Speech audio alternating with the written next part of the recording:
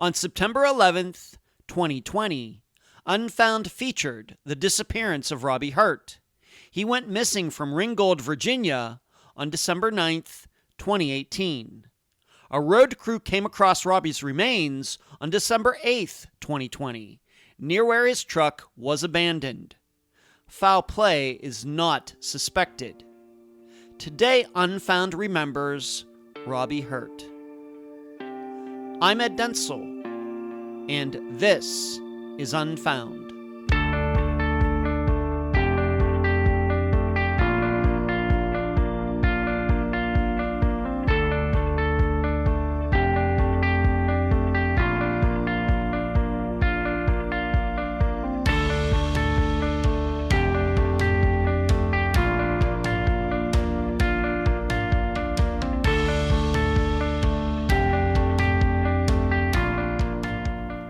The phrase, know thyself, is one of the oldest concepts in philosophy. It predates Freud, the U.S. Constitution, the Magna Carta, the Bible, and ancient Greece. But what does it mean? Well, if I may rip off the freedictionary.com for a moment, know thyself means being aware of your own limitations and knowing what you're capable of doing. In 21st century jargon, know thyself means stay in your lane. However, in saying that two-word phrase, I also think of a topic that once in a while comes up on Unfound. Could a missing person have developed some kind of amnesia and still be out there alive, but he or she doesn't know who he or she really is? There are virtually no stats or studies on the topic. Although there was a story within the last couple years of a guy who was in New Hampshire who ended up in California, claiming he had no idea how he got there. Remember that? I should say, I'm still not convinced that's what happened. Yet all of us have heard of at least one missing persons case that was solved when a person broke out of their amnesiac fugue and contacted their family. Well, in the disappearance of Robbie Hurt, his wife claimed not long before he disappeared that when he would get high, he would forget who he was. In fact, acting as a guest in the house and not its owner. Then Robbie was gone. And we're left to wonder if he is still out there, living in an altered state. And now a summary of the case. This is brought to you by my friend Megan Good's website, charlieproject.org. Robbie Hurt was a good guy. Nobody disputes that, not even his wife, who kicked him out of their house on the very day Robbie disappeared. He was a great father. He worked hard at his construction jobs. But Robbie just couldn't kick his drug addiction. He attempted many times, but Robbie would then fall back into his bad habits. And when he did, Robbie was unrecognizable, to the point that he didn't even know who he was, taking on other personas. So on December 9th, 2018, Robbie's wife had had enough. She told him to leave after once again finding out he was using. Robbie left without incident, although his wife didn't know where he was going. It turned out that Robbie showed up at the home of another addict friend, Bob, who lived over the state line in North Carolina. There, to hear Bob tell it, Robbie shot up and overdosed. Bob then brought Robbie back to life using Narcan. Yes, Bob seemingly had it just lying around. Once Robbie regained his senses, but still very much out of his mind, he left Bob's, not saying where he was going. He was never seen again. A few days later, after a huge snowstorm, Bob saw Robbie's truck in a ditch a mile from Bob's home. He alerted Robbie's wife. However, the truck yielded no information as to what happened to Robbie. Many of you know what I think about the possibility of a missing person having some kind of mental episode and forgetting who he or she is. It happens, but it is so rare to the point of being immeasurable. Plus, in Robbie's disappearance, there are still many questions that could take us in a different direction. Number one, If Robbie's truck was found just back over the line in Virginia, why did his phone last ping 45 minutes away in Ruffin, North Carolina? Number 2, really, what are the odds that Bob would have Narcan there? And did the police actually verify that? And number 3, what are we to make of Bob's story saying that a Mexican cartel was after Robbie for an unpaid drug debt? Robbie's family is open to any and all possibilities regarding his disappearance at this time. The guest for this episode is Robbie's mother, Becky Griffith. Unfound news. Allow me to give you a heads up on a couple upcoming episodes. The final Friday of August will be update episode number 9. And I have a lot to talk about. That will be a long episode. Then the first Friday of September, Unfound will celebrate its 5th anniversary by replaying its first episode, The Disappearance of Susie Lyle. 5 years. I cannot believe it. Next, Season 2, Volume 3 of the Unfound book series is about finished. Please look for it on Amazon in both print and ebook form very soon. Finally, I'm back in Clearwater Beach, Florida, after 9 days in Pennsylvania with my dad. I also got to see some of my longtime friends at a birthday party. All in all, it was a good trip, but I'm happy to be back here and in my own place, where you can find Unfound.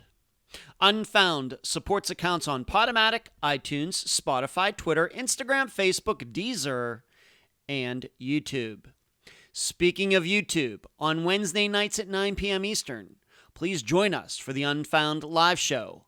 All of you can talk with me, and I can answer your questions. Contribute to Unfound at patreon.com/Unfound podcast. You can also contribute at PayPal. paypal.me/Unfound podcast.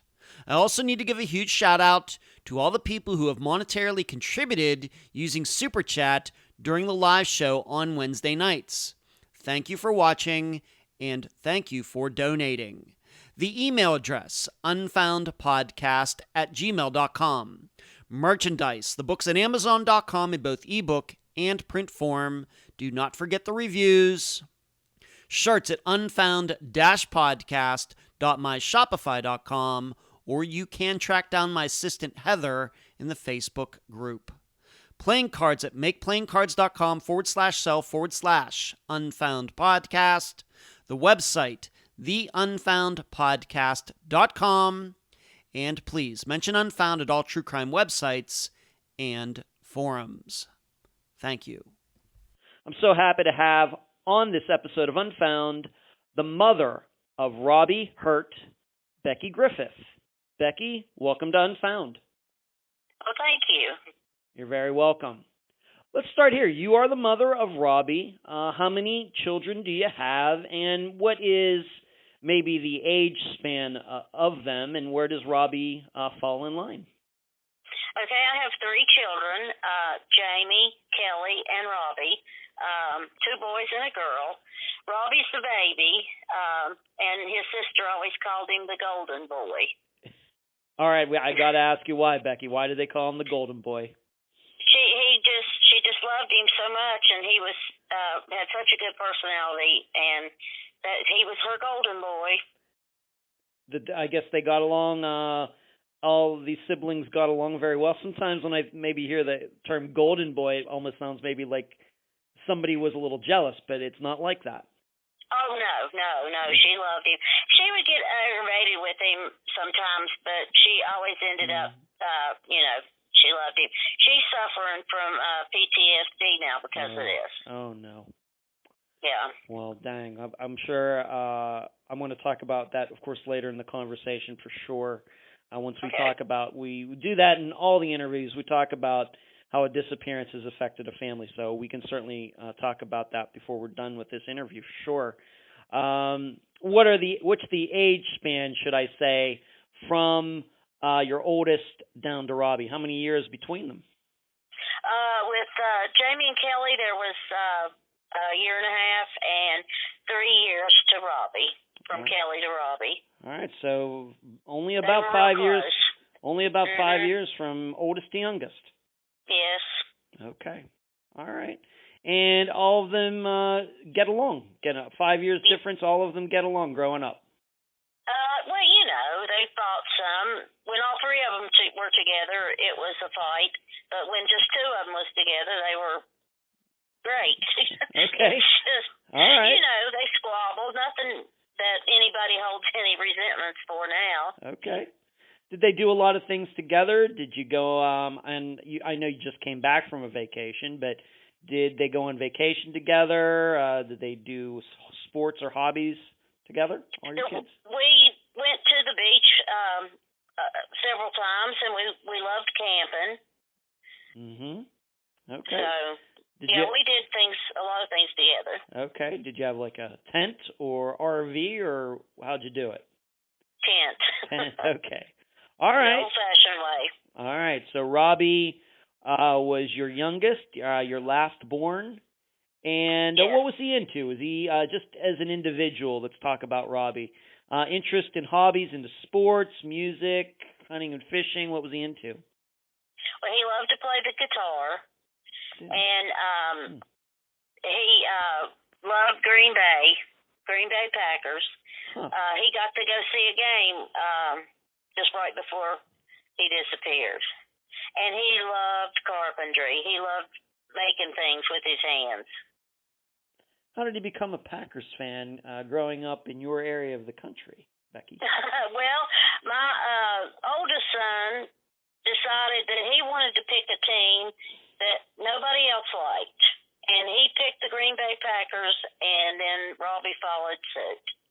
All right. So, and this is all of you growing up in the Virginia area? Is this where this is? Virginia. West Virginia. Okay. Well, yes. Being that I'm from Pennsylvania, why didn't you pick the Steelers? Well, I don't know. My oldest son picked it. Okay.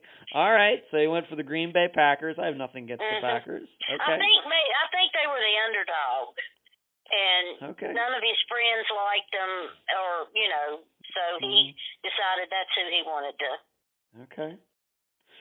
All right. And I'm a bit of a musician myself with the guitar. Was self-taught guitar, electric guitar, or acoustic? Well, his father played guitar and had a natural talent for it, and I think Robbie did too. He didn't ever take lessons, but he just could pick it. He picked it up and could play it, but he wouldn't sing. His dad was a singer, but he would not sing. He didn't like his voice. He played acoustic guitar. I don't know of him ever playing an electric. Okay. And he was never in a band or anything. It was just recreational. Neat. Playing. Yeah, I know the feeling. Okay. Great. So the Packers, guitar and carpentry, and I think that construction is something that he eventually got into as his job when he became an adult, right? Right. Okay. How long did he do that? First of all, did he graduate from high school? Did he go to college? Anything like that? No, he didn't graduate from high school, and he didn't go to college. Okay. So really there wasn't much to choose from as far as work, and he got with some good people that taught him what they knew. Okay. And he ended up loving it. Great. Well, you can, you can make good money in construction, of course, depending on how the economy is. If houses are going up, or condominiums, apartments, or business buildings, then that's a good job to have. Of course, he was 37 when he disappeared, but when did he start that as a job? As a late teenager or into his 20s? When did he start? Probably early 20s. Early 20s. And there in Danville, where he lived, they were restoring several old buildings, big buildings, and he really enjoyed that, making the old come new again. Okay, that's interesting. I have no skills in that area at all. So any person, man or woman, that can do that gets all of my respect. Okay, so he's into that. And so did he work for a company or was he freelance? He both. He did work for several different companies. One company he worked for, the guy was the brother to one of the NASCAR drivers. I forget which one it was. But he was there in Danville. Okay. And people like that he was just such a personable person. They would take him under their wing, and he would learn so much from them.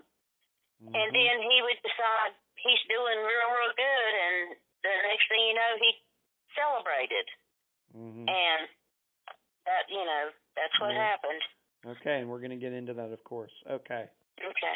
All right, so he's doing construction and helping to refurbishing these buildings, making them new again, which is a very popular work around the United States, especially in older neighborhoods. What about his relationships? Of course, I know that he had some children. One from a relationship before he was married, two after he got married, or before he got married, but to the woman he was married to when he disappeared. But what can you say about maybe the relationship that he had where a child was conceived, his first child? Okay, he met this girl in Roanoke, Virginia, and she was from here, and so they became fast friends. And they were more friends than anything, but then because of the baby, they tried to make it work. It was his son, Isaac, that she had. Okay, Isaac. And approximately what year was Isaac born? Oh, goodness, he's 16 now, so... All right, so 2004, let's say. Okay. 2004. He was born in 2004, but Robbie and this woman couldn't make it work. Right. Okay. And did the mother have custody of Isaac, and did Robbie get to see him quite a bit, or how did that all work out? Yes, she had custody, and we see him now anytime we want to. She's been very good. Great. I'm glad to hear that. Excellent. Okay. Now, he was married at the time that he disappeared. How did he meet his wife? And let's just use her first name. What is her first name? Emily. Emily. How did Robbie and Emily meet? I'm not sure, but he met her in Roanoke also. She had moved from Danville to Roanoke to go to school, and he met her there. Okay. And approximately what year did they get married? I think it was 2010. All right. So their first daughter had already been born. Okay. And she is 10 now. So I think that makes it about right. Yeah, it does. That's good math there, Becky. Good for you. I've got it wrote down. Okay. So Isaac born 2004. Things don't work out there, and then 6 years later, Robbie gets married to Emily, and they have a child right before that. So 6 years between those children. Right. Approximately. Okay. And they had another child after that? Yes, she's 3. She's 3. Okay. So, wow, she was only like a year or something old when Robbie disappeared. Yes. Okay. And she was a daddy's girl. They both were. If Robbie was in the room, she was in his arms. Wow. Okay. So, like 7 years between children then. That's quite a bit of time. Between two kids, I guess. Oh yeah. Okay. Well, it was back and forth with him, and I don't think she trusted him. And he had stayed sober for, I guess, a long enough period of time that she was able to trust him, and they had the second child. Okay, so that was a factor in there. It wasn't like they were trying to conceive again all those years. It was like, well, I want to keep the marriage going for your other child, but I don't know if I want to have another one given that Robbie had some problems. Right. Okay. Right. Well, let's just talk about that then. He did have some addictions that like you said, he had been sober for quite a while, and he might have, I guess, as they fallen off the wagon before he disappeared. We'll get into all of that. But when did you first realize maybe that Robbie had gotten into some things he shouldn't have gotten into? How 20 years ago, or when do you think that was? Oh, that was when he was probably 16 years old. Mm-hmm. He started working in a movie theater, and I later found out that it was infested with drugs. Huh. Now that and another thing, please. he hung around with his older brother, and so he had older kids around him, and they were doing stuff that they shouldn't, drinking, maybe smoking marijuana, nothing bad. And then Robbie was around that young because of that. Wow. And how did you find that out? Was there an incident, like the police caught him with something, or did you find out on your own, or how would you portray it? How would you explain it? Gosh, I don't remember. Okay. I know he had a car accident, and that may have been how I, found out for sure. And then we arranged for him to go to treatment. He went to a state place, the law. I did a mental hygiene warrant on him, and they put him in a treatment center that was like 2 hours away. And then when he came back from that, he never did straighten up from that one. And then we put him in that Appalachian Teen Challenge. Okay. Have you heard of it? I have not. No. Okay. It's a religious-based treatment. Okay. And he was there for 18 months.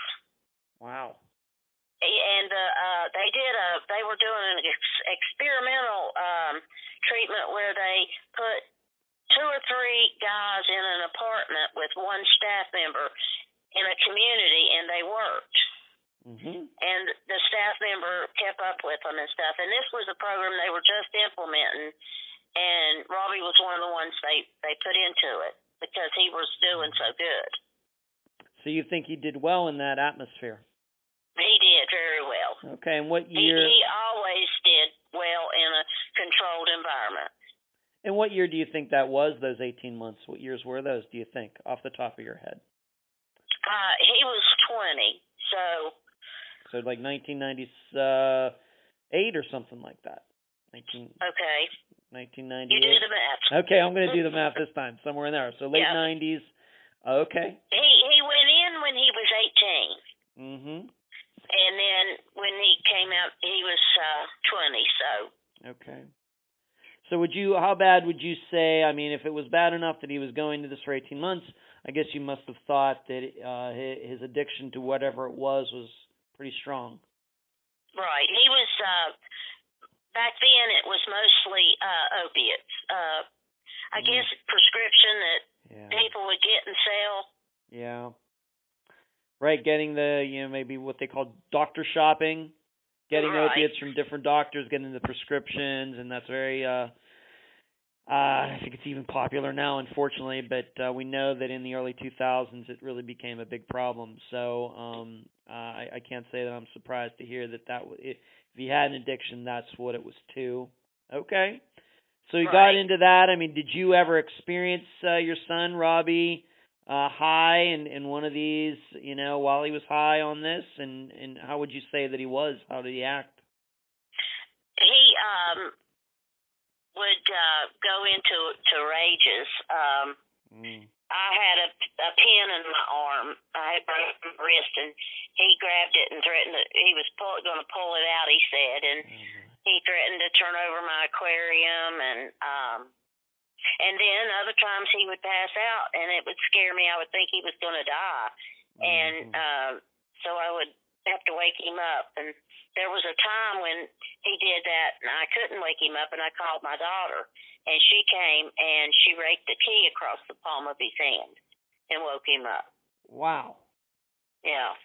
She's a nurse. Okay. So she was in nursing school at the time. So I guess maybe that's how she knew to do that. Okay.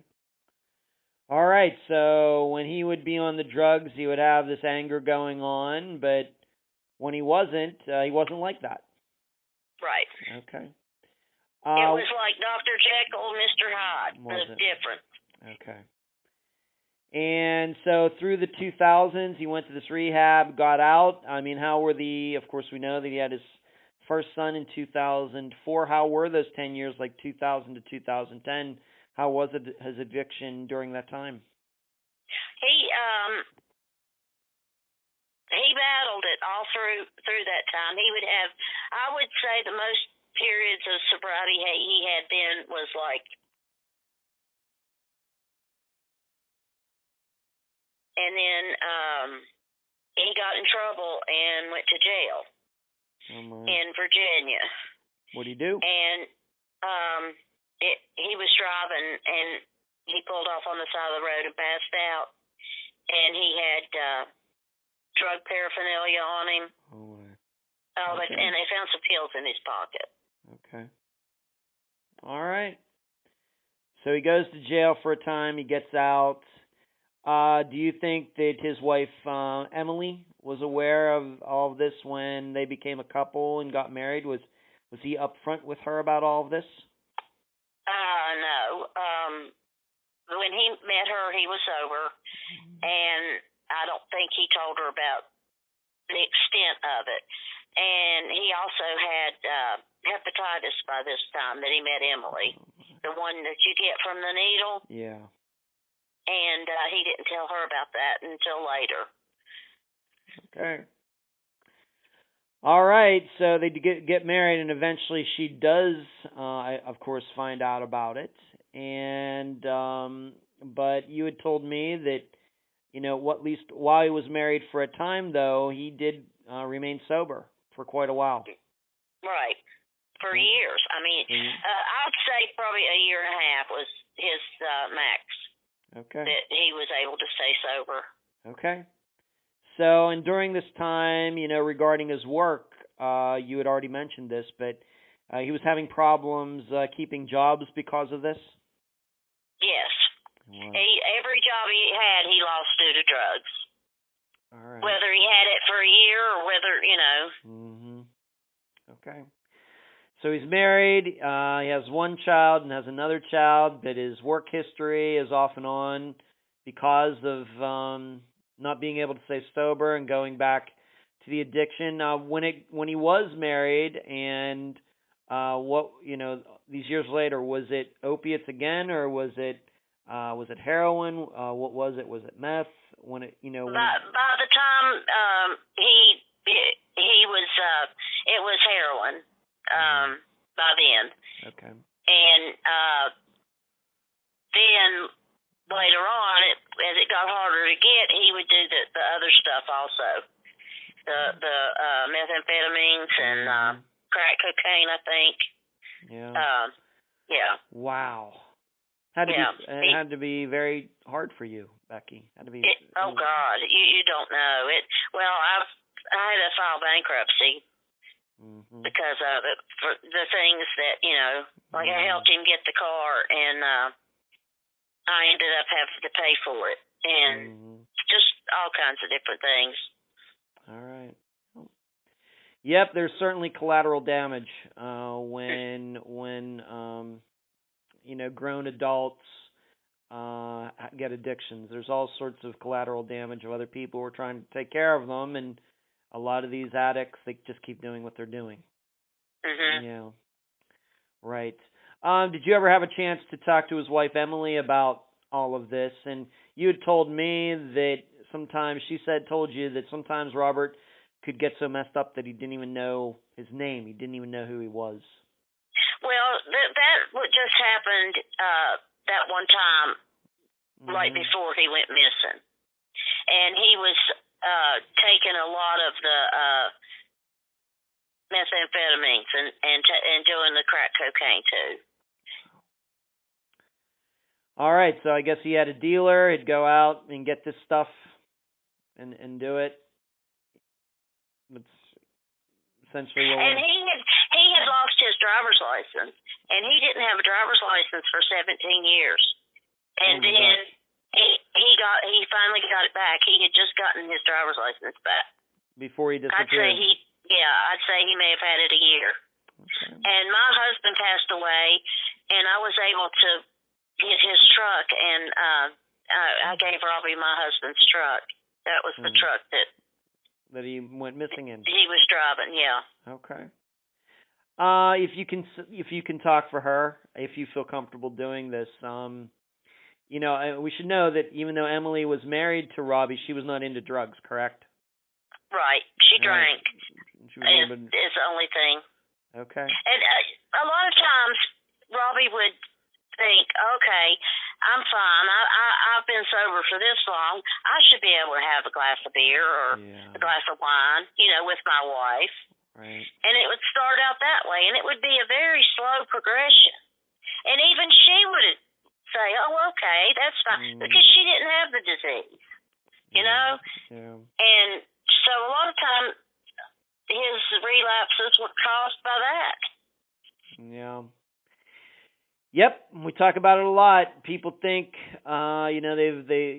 we do talk about drugs a lot on this program, and we have a lot of addicts who go missing, and we have a lot of recovered addicts who have gone missing. I mean, both categories. And there is the idea that some of them think because they've been sober for a long time, they can go back to their old ways and it won't be addictive, but it exactly is, for sure. Right. For sure. Okay, so this is going on. He's trying to get sober. And how long do you think he had been, unfortunately, gone back to doing drugs before he disappeared in December 2018?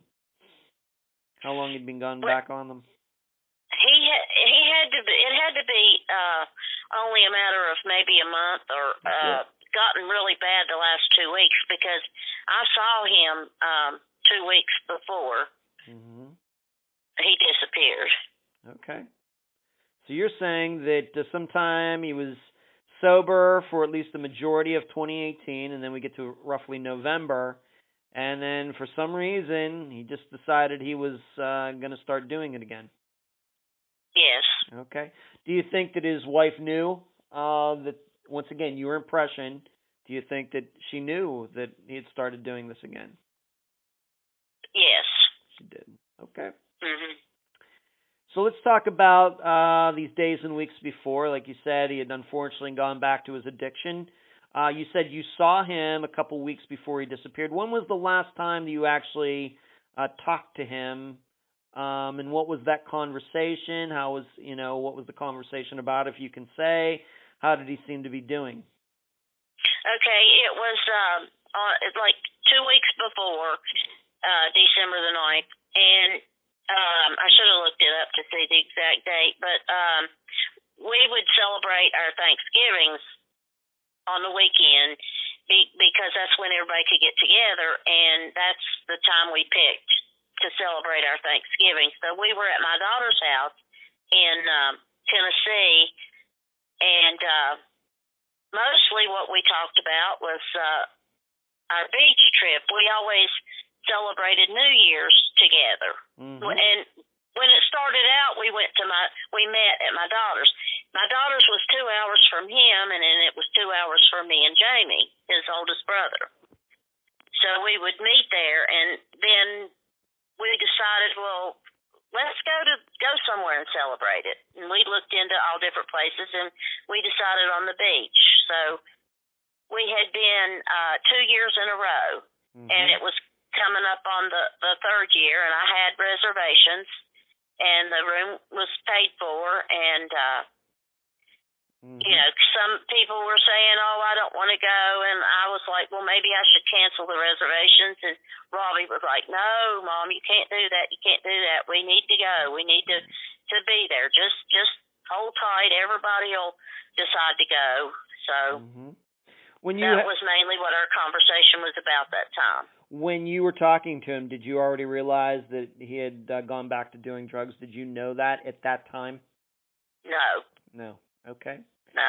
All right. So when you got, he had been to a clinic and gotten on Suboxone, and I knew he was taking that, so I thought he was safe, because I know a lot of people that take that, and they're good. Yeah. But I don't see how he could have been taking it like he was supposed to, and then do what happened, you know? Yeah. Okay. I understand. So this trip, just to give everybody an idea, so was it going to be Robbie, his wife Emily, and their children, and other people? Right. It was going to be Robbie, Emily, Abigail, Riley, and Isaac. Isaac always went. Okay. And then my daughter and her stepdaughter and her husband, and then her youngest daughter, which she would have been 4 at the time. Wow. And then Robbie's daughters were close in age with her. Yeah. And then me and my oldest son and his daughter, who was close in age with my daughter and Robbie. They were all close. That's like 12 people or something like that. Oh, yeah. All And right. then normally my 2 older grandsons would go, but they weren't going to go that year. We had a 4-bedroom condo, and it was the same one we had gotten the year before because we really liked it so much. Wow. Sounds like a great time. It was. It was wonderful. Okay. So all of this big family get together. Not too many families get to go on trips like that, but it sounds like a great time. And in talking to Robbie, he was excited about going. And just to be clear, how many days roughly was this before he disappeared? Like 14. Like 2 weeks before. Right. So you didn't talk to him for like 2 weeks. Right. Was that? And that was not unusual. Okay. He wasn't the type to call every day or, you know. Did you talk to his wife during that time? No. All right. Emily and I weren't really close. It wasn't anything. There wasn't any dislike or anything. We just weren't. We were uncomfortable around each other. Maybe.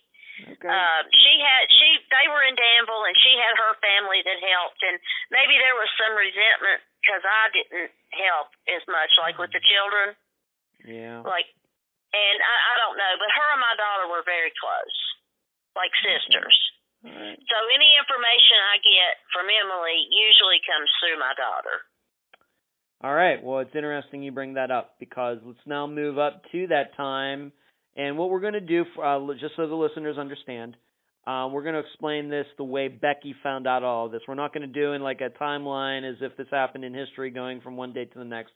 We're going to go and I'm going to ask Becky about all of this according to how she found out everything, and so we'll kind of go forward and then back again. So you don't hear from Robbie for 2 weeks. You're getting ready for this family trip and everything, and just out of nowhere on the 13th, that's what I have here. Of course, if it's wrong, you can correct it. Out of nowhere, you hadn't heard from Robbie, hadn't heard from Emily, but thought everything was fine. You get a call from your daughter, and what does she say? Okay, actually, it was a text. Okay. And she said, all it said was, "Have you heard from Robbie?" Okay. And my whole world just come to a stop because I knew. Mm-hmm. I just knew. And she didn't really want to tell me because she wasn't sure of anything. Mm-hmm. So after you got that text, and was it, if you can remember, I think in our prior conversation you said it was the 13th. I mean, that's what I have written down.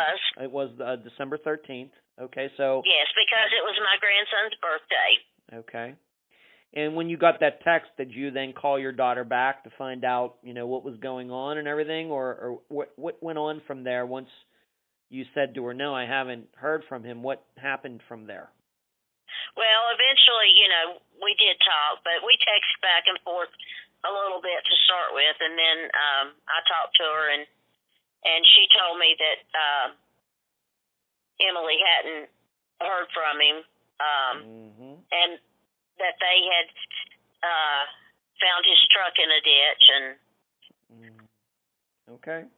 Did she, once again in my notes, and I don't mind maybe just going from my notes, just maybe to spark your memory a little bit. So the way I understand this then is what you found out was that Emily had kicked Robbie out of the house? Right. That was the time that he didn't recognize who she was. He acted as though he were at somebody's house getting ready to do some work. And he thought Emily was, he didn't even know he was at his house. Oh, my. And he thought Emily was the person he was there to work for. The client, the homeowner. Right. But he was at his house. Oh, my gosh. And then it was, maybe not right then, but like within a day that she told him, it's over. I can't do it anymore. I've done it for years and years and years, and I just can't do it anymore. Leave. And so she asked him to leave. She just said, Robbie, I think you're going to have to get out of here. Right. Okay. Just to be clear, because I have to ask this, was there any violence? Did the police have to show up? Because we know that often happens when things like this happen. But Robbie did just leave. There wasn't any fist thrown or anything like that, to your knowledge? Right. This time, no. There had been before, and I'm not sure when. I think maybe she had called the police on him twice. Okay. So she had reason to want him to leave. She knew what it could go to. Yeah. So she's saying that he left, and we're not saying, and everybody should know there's no suspicion that his wife has anything to do with his disappearance. I just want everybody to know this. Before the listeners start, getting suspicious of all this. But she kicked him out of the house, or he left, willingly on December 9th? Yes. December 9th. And it was Sunday morning. Okay. So he leaves on Sunday morning. He leaves driving his truck. And so then she tries to, Emily, the wife, doesn't hear from him. She tries to contact him, can't reach him. A few days later, she talks to your daughter, and then your daughter talks to you. And, this all starts going that nobody's heard from Robbie. What do you do after the 13th? How quick is it that, the police get involved? What do you do at that point that, nobody that has heard from Robbie in a few days? What do you do? Well, we encourage Emily to go to the police, which she had already done, and I think maybe she went to the Danville police, and they told her she could not file a missing persons report on him. And then once she talked to my daughter and me, we encouraged her to go again, and she found out she needed to go to the county sheriff's department or something. Okay. And finally, it was on the 14th that they filed a missing person report and did the first search around where his truck was found with dogs. Okay, we'll get into how the truck was found in here in a moment. Okay. I just want to ask you right at this point, being that there seems, at least for a day or something, that they didn't want to take a missing persons report. Do you think a factor in that was because maybe the police knew Robbie, because of his drug activity, or they knew that he was in jail? Was that a factor in this, or was it not, in your opinion? I don't think he was ever in trouble with the law in Danville, ever. Okay. So I think maybe Emily might have mentioned he was on drugs or something when she went to file the report. But I do think that's a factor in why they didn't want to file the report. Yeah. Because he was on drugs. Okay. When you talk to your daughter, and eventually maybe when you talk to Emily as well, being that she was the last person we trust who saw him, did she have an opinion on where he could have gone? Being that she was kicking him out, did he say anything, I'm going to go over to this guy's house or anything like that? Did she know where he was going to go at all? No, she didn't. She had no idea whatsoever. No, and see, it was almost like he lived two lives, He had Emily and the family and their friends, and then he had his, let's call them underworld friends. And Emily didn't know any of them. Right. So she knew about them. She knew he had them, but she didn't associate with them. Okay, so I guess what you're saying, Becky, is that when Robbie was getting his drugs, he was going out of the house. It wasn't like anybody was showing up at the house. Right. No, he left to do it. He left to do it. Well, he had it. At least he cared that much about his daughters. You know, he didn't want it there. Okay. All right. So the police get the report on the 14th, and you already mentioned Robbie's truck that was eventually found, but I think I want to do the rest of this case in this fashion. So the police start. They take the report. They get Emily's story on what happened. How does this guy, Bob, and we'll just use his first name, how does he enter this disappearance? Okay, Bob is the one that called Emily and told her that Robbie's truck was in a ditch on what road it was on. And so Emily called the police, and they met her at the truck.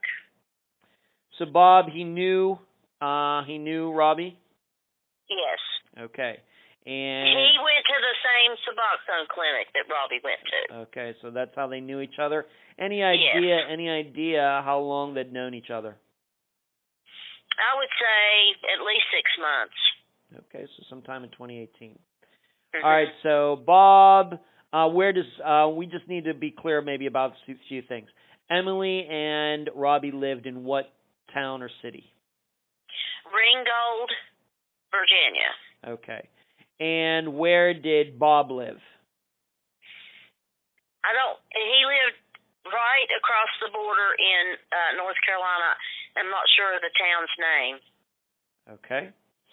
All right, so they lived in Ringgold, but I just have to ask, I know that the town of Chatham, Virginia, is a name that pops up quite prominently in Robbie's disappearance. Why is that town mentioned? Do you know? Honestly, I don't know. Okay. I'm not real familiar with the area. Okay. That's fine. And it's frustrating because if I knew if it was here, I would be out looking, you know? Mm-hmm. Yeah. But it's not. It's 3.5 hours away. Right. You do not live in Virginia. We don't have to get into where you live, but you do not live in that area. Right. Okay. So Bob, your understanding is this Bob guy, he voluntarily called the police to say that Robbie's truck was right near his house? No, he called Emily. He called Emily and told her. Yes. Just out of the blue. Out of the blue. Okay. And so, being that he does that. No, wait a minute. Okay. He went to their house and left a note on the door with his phone number.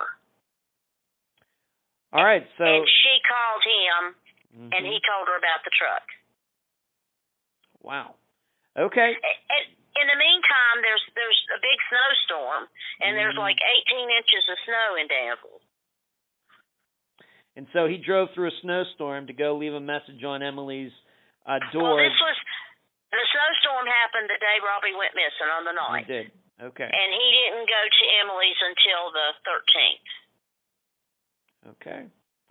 So he didn't call her. Maybe he didn't have her number, but this note ends up on her door right around the same time that she's starting to realize that Robbie's missing, and he says his name is Bob, and that Robbie's truck is a mile down the road, from what I read on Goodyear Boulevard, down the road from where he lived. Right, within a mile of where Bob lives. Okay. And so, did the police go and talk to Bob? Yes. And what story does he tell them? He told them that Robbie was at his house, and I don't know if he told Emily that Robbie was at his house, and he injected heroin and overdosed. And because they went to the Suboxone clinic, they had to carry Narcan on them, and that he gave Robbie Narcan and brought him out of the overdose. Wow. And he woke up in a rage because he is having severe withdrawal. And he just, like in a rage, gets in his truck and leaves. That was the story that Bob told Emily, and we take for granted that he told the police the same thing, that Robbie overdosed, Bob brought him back to life, Robbie's mad or angry, like you said he could get when you saw him on drugs, and Right. he took off in his truck, and Bob says he never saw him again. Right. All right, and the truck then was found a mile from Bob's house. Right. Okay. All right. I'm sure, when I think of something like this, I think of the movie Pulp Fiction, when Uma Thurman overdoses and they bring her back to life. John Travolta brings her back to life by putting a needle under her chest. That's what I think of. I have no experience with this at all, but to maybe the listeners, if they're wondering, what that is, that's what I think of. I don't think it's exactly like that. I think that's a Hollywood. Right. See, for the longest time, I thought, well, Bob had to have injected him with a needle, but it's not. It's a nasal spray. Mm-hmm. Right. And I've also been told since then that it doesn't just automatically bring you back. That it'll wake you up, and then you fall back into the overdose, and it has to be administered again, and sometimes as much as 4 to 6 times. Wow. It has to be re-administered. Okay. So Bob's telling the story of how he brought Robbie back to life, then Robbie took off. However, Bob did note that Robbie left his wallet at Bob's. Right. And just his wallet. And he left some clothes there because when he got to Bob's, he had already been in a ditch somewhere and got out of the ditch, and his clothes were wet. So Bob gave him some dry clothes. See, we didn't know what Robbie was wearing for a long time because of that. Okay. All right. And the other interesting part of this, at least what you told me, Becky, in our prior conversations, that Bob didn't live alone. He lived with his parents. Right. But they're very elderly. Mm-hmm. And to your knowledge, did the police talk to the parents to back up Bob's story? Do you know anything about that? As far as I know, they did not.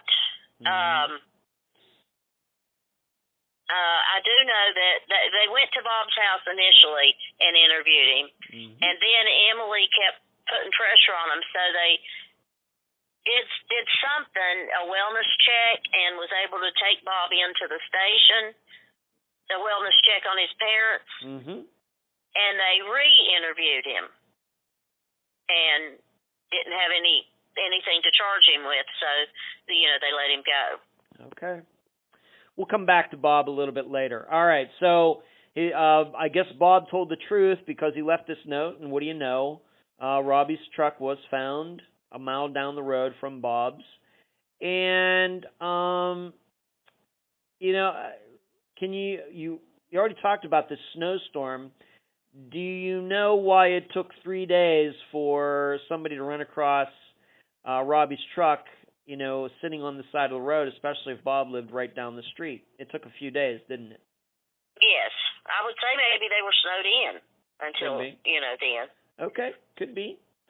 Yeah. All right, and now I do know somebody contacted us finally I did a story and put it on Facebook.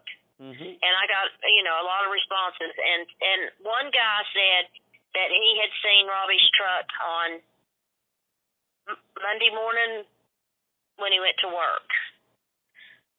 Or Monday or Tuesday. I don't remember for sure.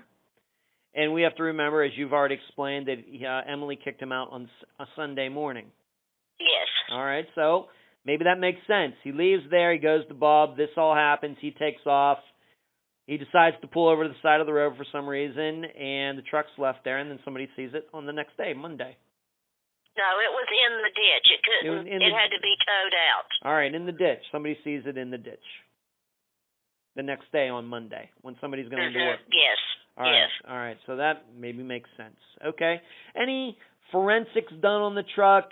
To your knowledge, I know you weren't there. Anything in the truck that seemed unusual? Once again, to your knowledge, did the police ever tell you anything like that? No, the police wouldn't talk to me. Okay. Because I didn't have the same last name as him, I guess. I don't know, because I was not his wife.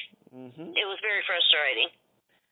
Well, if they talked to her, Has she ever told you anything?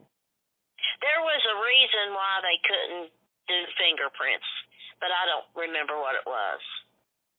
So as far as you can understand, once again, this disappearance isn't quite 2 years old yet, but to your knowledge, there was no forensics done on the truck at all. Right. Okay. Do you know what was left in the truck? What Robbie's items were in the truck at all? Anything? Everything he owned, like all of his tools and stuff, were still in the truck, in the back of the truck, and he had a lot of nice tools. And normally he would pawn them. You know, he would get so desperate he would pawn all his stuff. Yeah. But it was all just left there. I have to ask, were there any drugs in the truck? No. Okay. He left his wallet at Bob's. Was his, and we'll get to the phone here in a moment, phone found in the truck? No. Robbie's phone not in the truck. No. So he's missing, his phone's missing.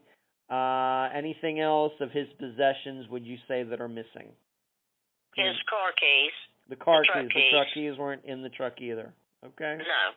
Was the truck damaged? I know they had to pull it out of the ditch. Was it damaged?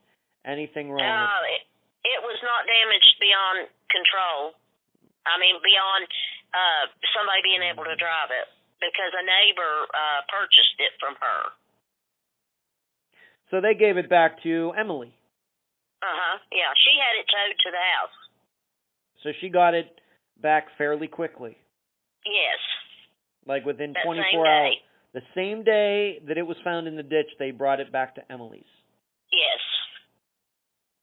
Wow. We hear this is something, if I may just say this for a moment, this is something that I'm never going to understand in disappearances at all. I know that drives the listeners nuts. It drives me nuts that law enforcement is so quick to want to return these vehicles to people. I just don't get it. I just don't. I know. And granted, we have our suspicions about Robbie's disappearance, and I'm sure the listeners will, but there are certainly disappearances where it's even been more obvious that somebody just didn't walk away, and still the police just returned trucks and cars, as if they were just stolen or something, and it just boggles my mind. Okay, so she gets it back, and then she eventually sells it? Yes. Okay. Well, she told me the neighbor wanted to buy it. I just assumed that he did. Okay. All right, and does that neighbor still have the truck? I don't know. You don't know. She doesn't live there anymore. Okay. She was afraid. Emily was? She was afraid to stay there. One day she came home and Bob was there in the driveway. And he was at Robbie's truck and he was leaning on it and he was like talking out of his head and just be like, I'm so sorry, Emily, I hate you're going through this, and wanting to know what was going on, and it really scared her. So she moved in with her parents until she could find a place. You hadn't told me about that before, Becky, that Bob actually showed up at Emily's house sometime after Robbie disappeared. Sorry. That's all right. I'm not asking you to apologize. I will certainly want to talk about this. No, you don't have to apologize. Okay, you don't have to apologize, but I'm just saying that I want to talk about this now. Okay. How long after Robbie disappeared did this happen, to your knowledge? It was within a week. It was pretty fresh. Huh. So, it's interesting to me. He went over there to put a message on their house that the truck was there. How did Bob even know where Robbie lived? Had he been there before? Do you even know? I don't know. My assumption was that they went to the clinic together and maybe Robbie had to stop by the house to get something, or okay. And Bob was with him. That's certainly possible. Okay. And so he just kind of pops in a week later. Here she is, worried out of her mind about Robbie, and Bob shows up. Just right. waiting. Right. And he's asking question. Would you say, once again, you weren't there, but your understanding is that he was asking questions about the investigation into Robbie's disappearance? Right. Okay. And then I think that's the time that he told her about the altercation Robbie had with these supposed Mexican drug people. We'll get into that. Okay. We'll Okay. go back to Bob, but you had never told me about this, so I wanted to make sure we put this in the timeline somewhere. And so that freaked Emily out, and she says, "I'm getting the heck out of here." Right. I can understand why. Okay. All right. Now, we did establish that the phone that he had is also missing to this day. But I think it was Emily, Robbie's wife, that actually got the phone records. You have them.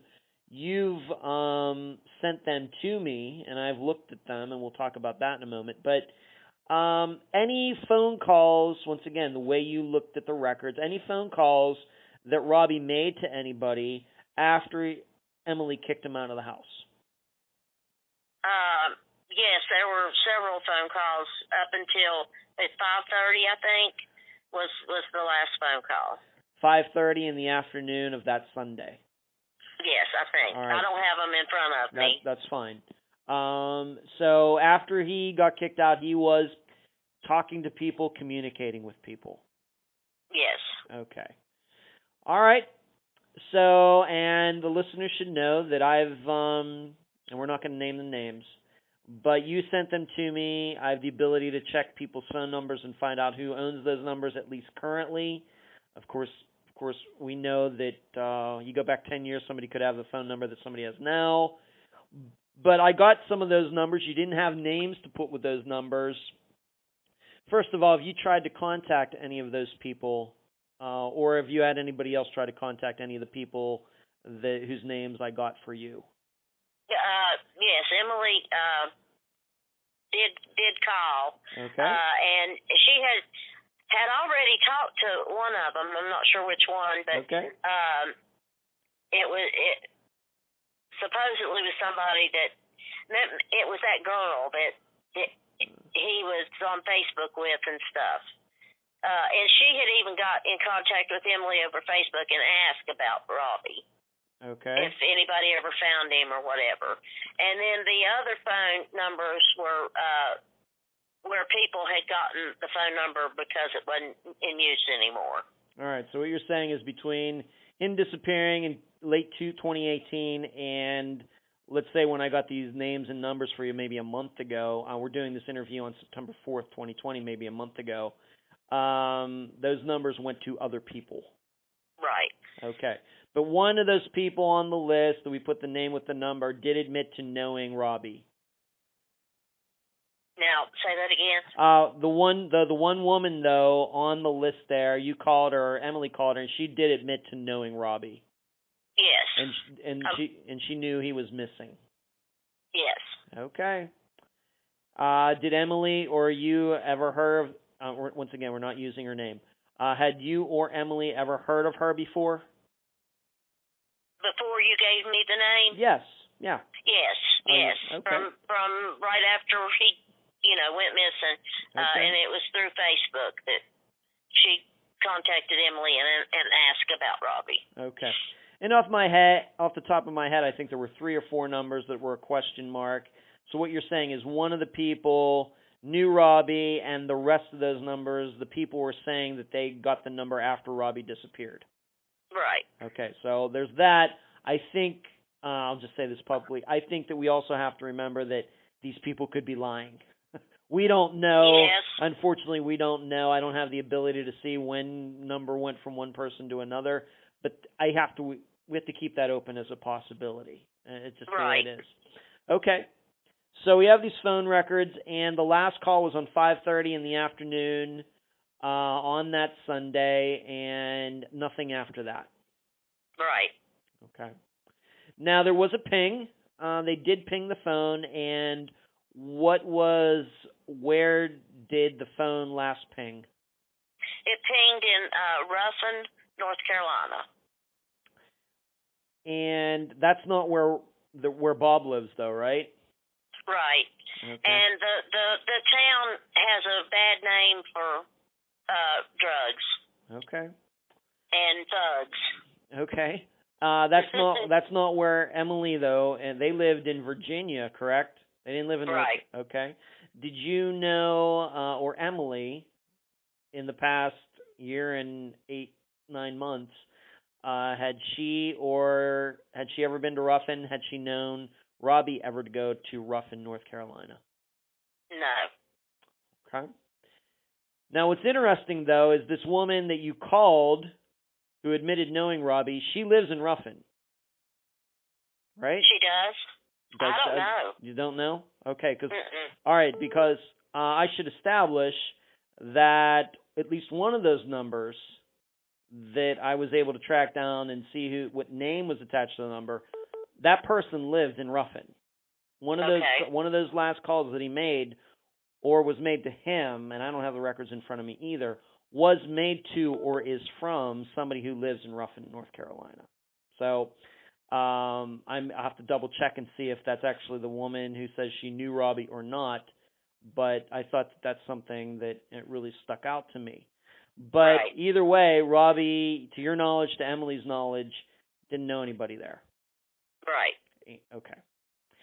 And once again, to establish, Bob didn't live in Ruffin either. No. Okay. Do you know when this ping happened? Did the police or Emily tell you when his phone did ping there? No, it was. I don't know. Okay. It was. Mhm. I don't know. Nobody ever told me. I don't guess. Okay, because the way you're explaining it to me and to the audience, who's we're recording this, but they're not listening to this, is that there's nothing in this timeline that you've said so far where Robbie would have had time to go to Ruffin. It sounds to me like he went directly from his own house when he got kicked out. He went to Bob's, and then he drove a mile down the road, and that was that. Right. And what did he do? Walk to Ruffin, which I don't think was conceivable, especially since there was a snowstorm. So, right. So there's something going on there with his phone pinging in a different place from where he was last seen, many miles. And listeners should know I will do a map and video on YouTube for this, so that this can all be explained. All right, so we have this phone information that's, I wouldn't say extensive, but I think it certainly paints a little bit more of the picture. All right, but we don't know why his phone would have pinged in Ruffin when it doesn't seem like Robbie was ever near there. Were dogs used to do any searches when the truck was found up and down the road, into the woods, if there are any woods, anything like that? What did they do? Yes, they did. They brought dogs that day and searched, and then a couple of days later, at Emily's insistence, and we were asking for horses. They've got this new horse thing where horses go out, but the police have to request it. They didn't want to do that, so they took the dogs back out. And they were supposed to do a flyover with what's that little thing that flies and takes pictures? A drone. Yeah, they were supposed to do the drone, and the drone malfunctioned that day. And to my knowledge, they never went back with the drone. Okay. Have you been to the area where the truck was in the ditch, Becky? No. You have not. Okay. Has anybody explained to you, like the terrain? Are there a lot of woods there? Is it fairly wide open, or what? Yes. Isaac's mother, Mindy, went on Google Maps and found the place, and it showed pictures of the terrain and like houses and buildings around it, and she thought maybe he had went into some building, one of the buildings there, and gotten locked in and couldn't get out. But she was just going from a Google Map picture. I don't think anything was. They weren't searched or anything. Okay, I'm just asking where his truck was found in the ditch. Is it like in a residential area, or is it like on a country road where like it's an interstate, but it's mostly country. You know, there's Mm-hmm. woods, a lot of woods around, and not houses sporadically. Okay. And then down at the end of the road, maybe 500 feet, was a convenience store. Mm-hmm. And the dogs, I think, tracked him to there, to the Okay. convenience store.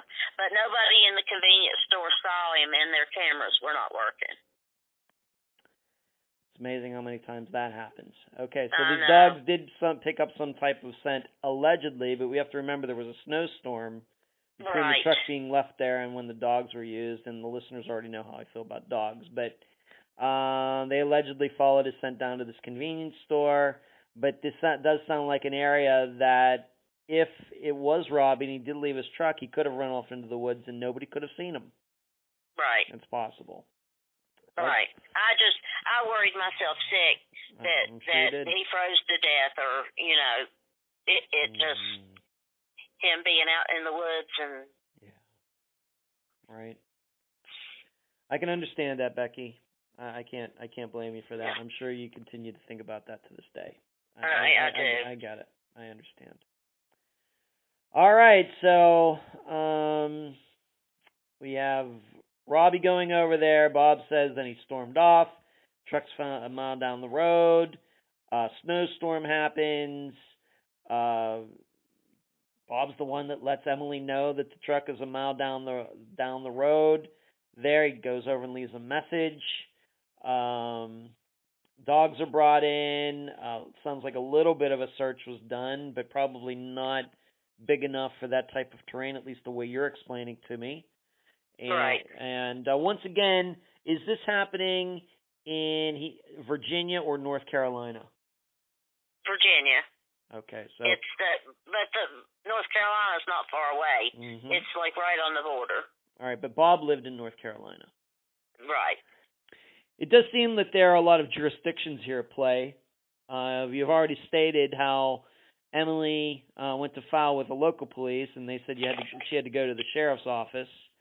And then we have seemingly Robbie going into North Carolina, and then his truck being found back in Virginia. But I just want to make sure everybody understands these locations. Is that he and his wife, Emily, lived in Ringgold, Virginia, correct? Yes. Okay. And so she kicks him out of Ringgold, and then he goes down to Bob's place, which is, although we are unsure right at this time where Bob lived, it was just barely over the border into North Carolina. Yes. Okay. And then when Robbie's truck was found, it was found on Goodyear Boulevard, just back into Virginia in Pittsylvania, not Pennsylvania, but Pittsylvania County. Yes. Okay. And so I'm also looking at this right now that the jurisdiction that is responsible for his disappearance is Pittsylvania County Sheriff's Office. Yes. Okay. All right, that clears that all up. Very good. Okay, so let's talk about Bob a little bit more. Has he ever stated, to your knowledge, being that he went over to talk to Emily a week after this all happened, did he ever state where he thought Robbie was going when Robbie left his house? To get more drugs. And where would that have been? I don't know. To meet somebody, I would say. Okay. Now, you'd already brought this up, but I'll bring it up again for you. Now, Bob does have his own theory, and it had to do with a cartel. How did this even pop up? Where did it come from? Please explain. Okay, Robbie had an altercation with some drug dealers. They picked him off for $60, and Robbie called him out in public and demanded his money back. And they refused, but it was a very public place, and he jumped up on the hood of their car and was screaming at them, and just to shut him up, they gave him $40 of the $60. So they were mad at him and out to get him. All right. Is there any facts to this, or is this just a story that Bob is telling everybody? As far as I know, it's a story that Bob's telling everybody.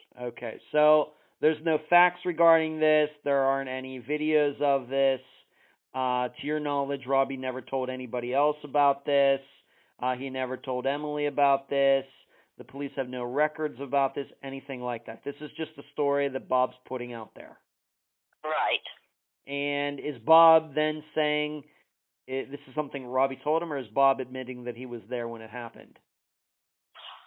I don't think he was there. Robbie just told him about it. Okay. And it happened like just days before. And where does Bob? I don't know what to think of this, but where does Bob claim that this happened?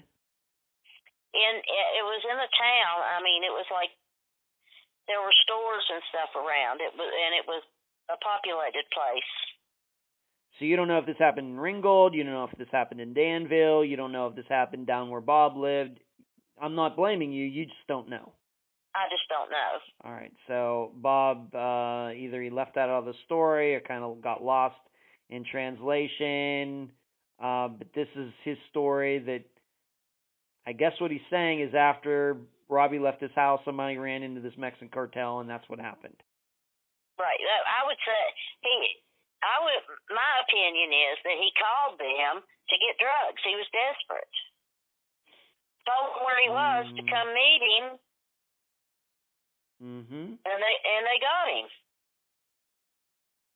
Okay. Well, we don't like to do any theorizing on the right. program, but all I'm trying to establish is this is the story it's that facts. Bob's telling, but right. he's never offered up any proof that happened. That's just something allegedly that Robbie told him. Right. Has anybody else, being that Robbie had other friends and probably other friends that did drugs with him, probably this woman who admitted knowing that he was missing, probably she was doing drugs and knew him. That's probably how they knew each other. Has anybody else besides Bob ever aired this story in the last almost 2 years? No. Okay. I think the listeners can tell that I have huge doubts about that story. And we also have to remember Bob went over to Emily's and was acting kooky enough that Emily wanted to, took off, took her children, right. took her and Robbie's children and moved out. So Bob might just be prone to, he's probably doing drugs too. So I don't know if we can take his word or not. Okay, so we have Bob. We have him living with his parents, and his parents, we just don't know. Here it sounds like he's saving Robbie's life while his parents are under the same roof, right there on a Sunday afternoon, which sounds really weird. And then he's saying that Robbie took off. Trucks found a mile down the road, just happens to be back in Virginia. Bob goes over to Emily's, and it's very possible that Robbie did run off. Sound like he was enraged or having some sort of episode when he left Bob's, and it very well may be that he could still be out there. I'm just not sure. What's this been like for you, Becky? It seems that my perception is you knew about Robbie's drug use for a long time. I'm guessing that, of course, you worried about this for a very long time. I don't know if you ever could have predicted that maybe that could be connected to him eventually going missing. But what's this been like for you the last year and 9 months? It's been horrible. I lost my husband in 2016, and I would tell Robbie, don't do this. I won't survive if something happens to you. And I literally begged him, to stay, to think of your children. I mean, I had the conversation with him, and it's been so hard. How, as you said that your daughter is a nurse, how has it affected her? How has it affected your other son? Well, my daughter had severe depression, and she decided to talk to a counselor, and they diagnosed her with that post-traumatic stress disorder because of Robbie missing. And it worries my son to death.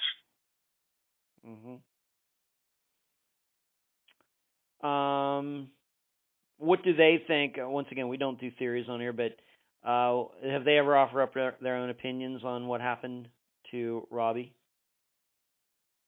Well, you always want to hope that he's out there somewhere. Yeah. I think my son deals with it by thinking that he ran off and is living a wonderful life somewhere else. And my daughter, she just don't know. She tries to talk about it, and she just starts crying and can't talk about it. Yeah. Have the police, once again, we don't get into theories, but I will take their word on this. Have the police ever offered up any theories to you or to Emily regarding Robbie's disappearance? Have they ever told you, just for an example, we believe that Bob did something to Robbie? Have they ever stated something explicit, or have they just never said anything? No, they told Emily that they did not think Bob had anything to do with it. Is that right? Yes. Okay. And then they've not offered any theories as to what they thought might have happened. Okay. And what you're also saying during this interview is that they had some search plans that they didn't follow through on. Right. They were going to do this drone, and that didn't work out. They had the dogs there, but that seems like it was about it. Did they ever get a large group of searchers together, cadets or somebody like that, to go walking around the area where the truck was found? No. Okay. So this is another situation. We've had a couple disappearances like this recently where people have gone missing, and it's been a few years, and still there's not been what my assistants would call, and probably listeners call an adequate search, where you get a large group of people together to at least rule out the idea that Robbie his remains. I'm not trying to be morbid, but that to rule out the idea that his remains are in the immediate area. Because once you could do that, then we have to start thinking about maybe foul play or something. But right. It just doesn't seem like that's been done yet, and probably it needs to be done, even though I know that's not easy to do. Okay. Do you have a website or Facebook page set up for Robbie's disappearance? Help find Robert Hurt? Yeah. Okay.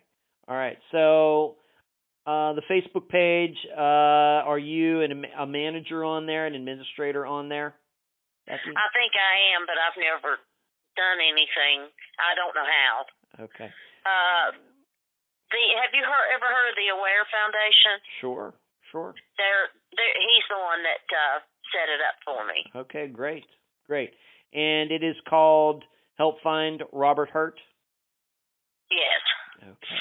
And I will surely link to that before this episode comes out. I'll also be doing a video and a map so people can understand some of these locations and going back and forth between North Carolina and Virginia.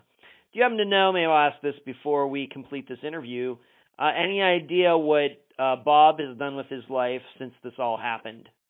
Any ideas? No. Anybody keep any tabs on him? Anything? When the Aware Foundation did they set up at a grocery store, and the media came and did interviews with the family. My ex-husband and Emily's father on that day, and this was a couple of months after his disappearance.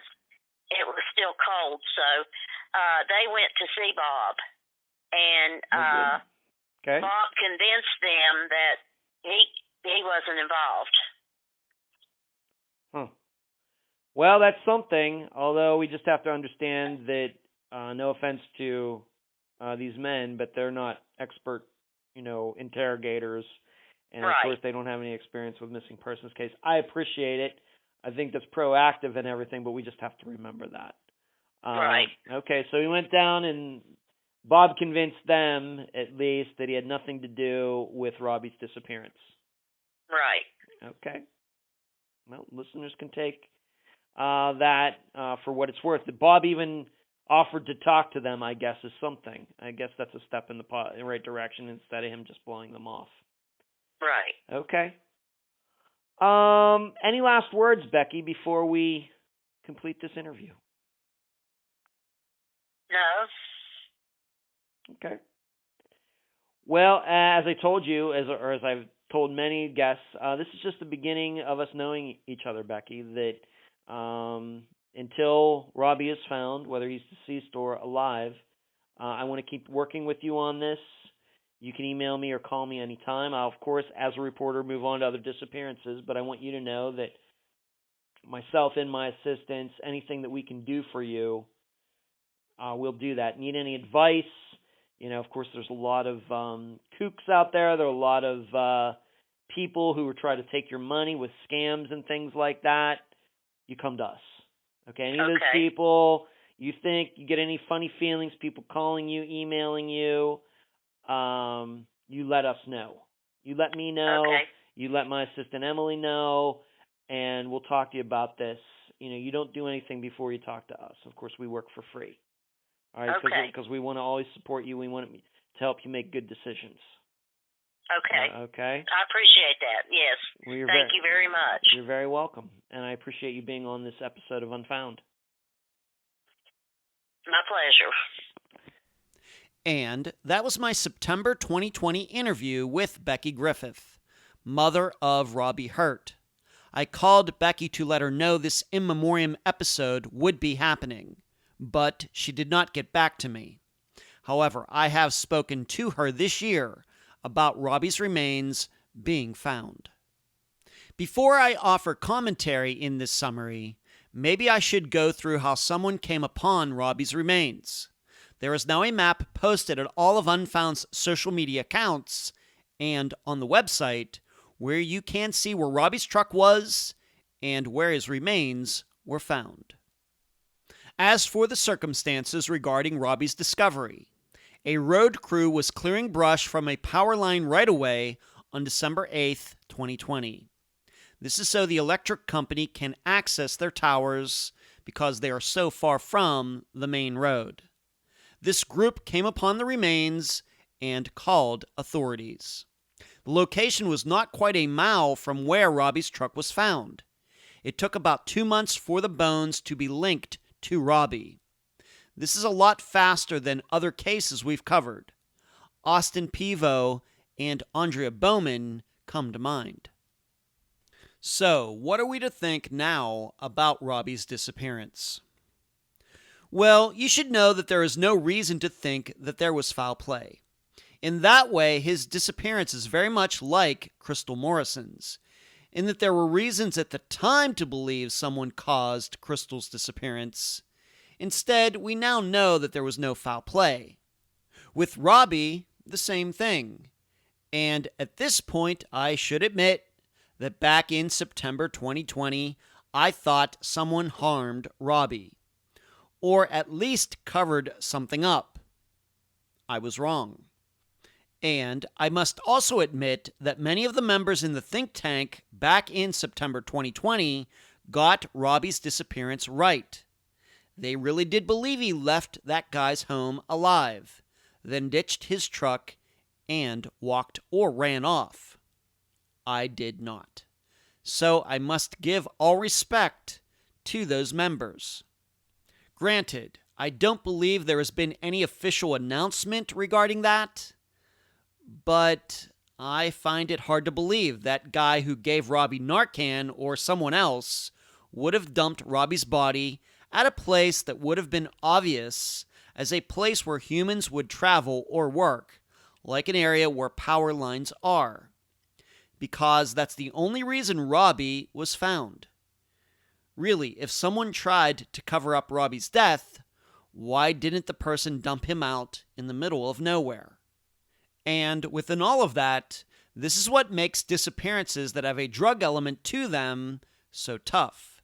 Sometimes the people involved in this activity are telling the truth, but they tell the truth so seldom that it's tough to believe them. The guy, Bob, said Robbie overdosed. He brought Robbie back to life, and Robbie left. To me, the story sounded questionable, but many of you believed it. So maybe these types of people don't lie as much as we think. Why wasn't Robbie found during the initial searches? I doubt they went that far away from the truck. And it seems to me searchers gave a lot of credibility to the dogs that led everyone to a local gas station. You should know, the dogs went in the opposite direction of where Robbie was found. True story. Why did the dogs do that? Because they aren't reliable. Something I've been saying since about the beginning of this program. So now, in August of 2021, as best as we can tell, Robbie, after overdosing at Bob's, either had some type of accident after walking away from his truck, or he had another overdose. But I think it's clear that there was no cover-up or foul play involved. Robbie Hurt, rest in peace. And that's the program. If you found it informative, please go to the app that you use to listen to Unfound and give this podcast a nice review. I thank you for listening. I'm Ed Densel, and you've been listening to Unfound.